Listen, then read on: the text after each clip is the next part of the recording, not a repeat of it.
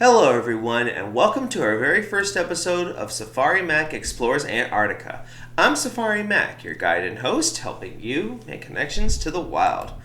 Well, ladies and gentlemen, here we are, the South Pole, or if you prefer to call it Antarctica, either way, we're at the southernmost edge of the world. Any further, you might as well fall off the Earth. Today, we're going to hang out during the Antarctic winter with one of the continent's most iconic of animal species.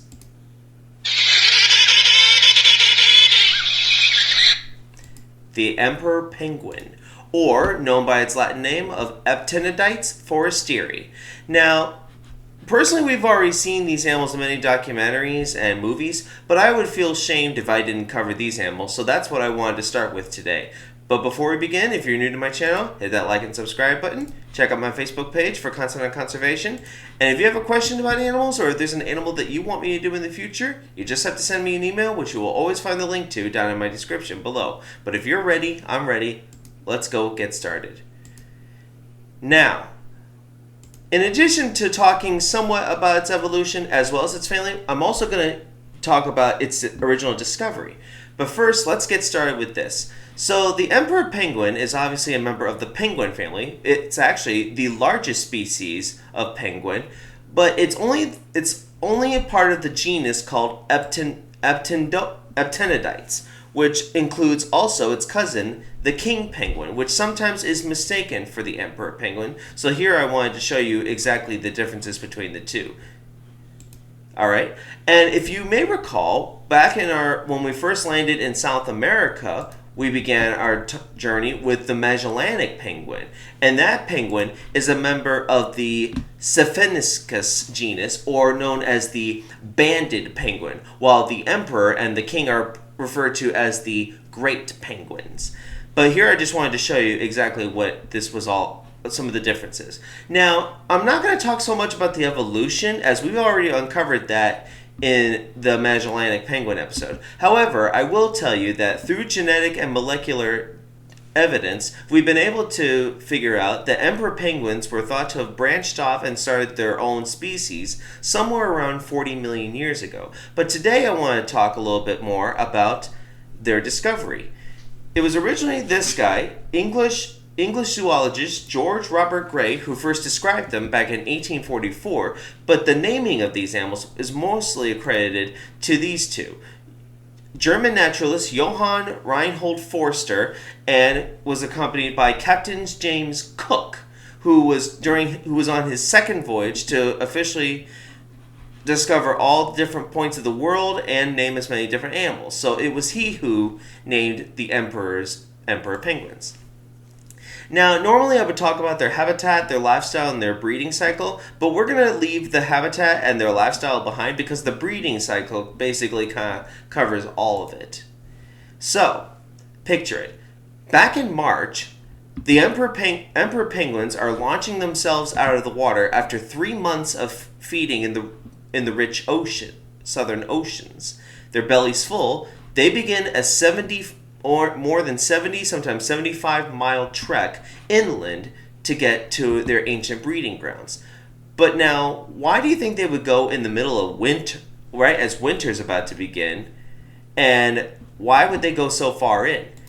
Well, for one, they're most safest from predators such as leopard seals and killer whales. But a bigger reason is because of the ice. During the winter, as you know, the ice thickens and will stay perfectly solid until the summer, which can help prevent their offspring from falling through and down into the freezing ocean. Now, the emperor penguin obviously mates with only one other partner for the breeding season, but that's not to say that it's for life. Now, sometimes they might reunite with each other again and do it all over, but that's not guaranteed every time. So some breeding seasons, a male might be with a new female or vice versa. Either way, it all works out because somehow each of the animals finds someone that they're looking for in a partner. Now, obviously, after nearly 2-month cycle, by early June, mom lays a little egg, just a single egg, that through a lot of hard work and a lot of determination, she's managed to produce this egg using 1/3 of her body weight. So basically, she's starving. So now mom has to go and search down food for the family. So she passes the little guy over to the father, who uses his feet as well as a little belly pouch to keep the egg warm during the intense winter cold. And I'm telling you, if I can be completely honest, I wish I would have covered this animal much earlier, at least around Father's Day, because if I could dedicate an animal dad right now, it would definitely have to be the emperor penguin. Because, yeah, no, I'm not saying anything against, with either way, but hey, dad's going through a hard time. He's going without 4 months of food, and he's enduring one of the most violent winters on the planet. All just to get that one egg to hatch. But thankfully, it all pays off, hopefully, if they do well and if they manage to stick together and work hard to get through the winter cold. The newborn egg will hatch, hopefully just in time for mom to come back and begin feeding the chick. And then as soon as she comes back, she starts hollering as a way of, or starts singing as a way of helping to identify where her mate is, as each penguin does have a unique song. So then he passes the baby over to mom to feed and to look after, while he and the other dads go off to the open sea. And so they will continue this cycle back and forth, at least until the penguin chicks start to look a little something like this, similar to their parents, but not quite.